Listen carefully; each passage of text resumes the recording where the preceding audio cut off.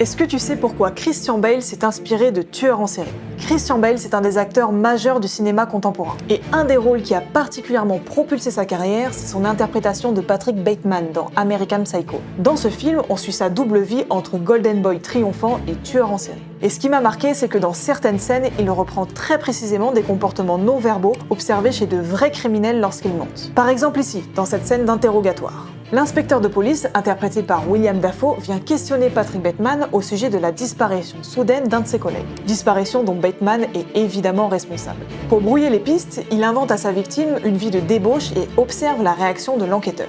Et c'est cet instant précis, quand le policier est pris dans l'histoire, que choisit Christian Bale pour laisser échapper un léger rictus. En fait, ce sourire pincé, qui n'a rien à faire dans l'interrogatoire, s'appelle en langage non verbal le Duper's Delight. C'est un phénomène observé chez de nombreux menteurs et qui correspond à la satisfaction de voir que leur interlocuteur croit en leurs mensonges. C'est un plaisir interne qu'ils essaient de dissimuler, mais qui se trahit quand même sur le visage. Et dans cette scène, Bale l'interprète parfaitement.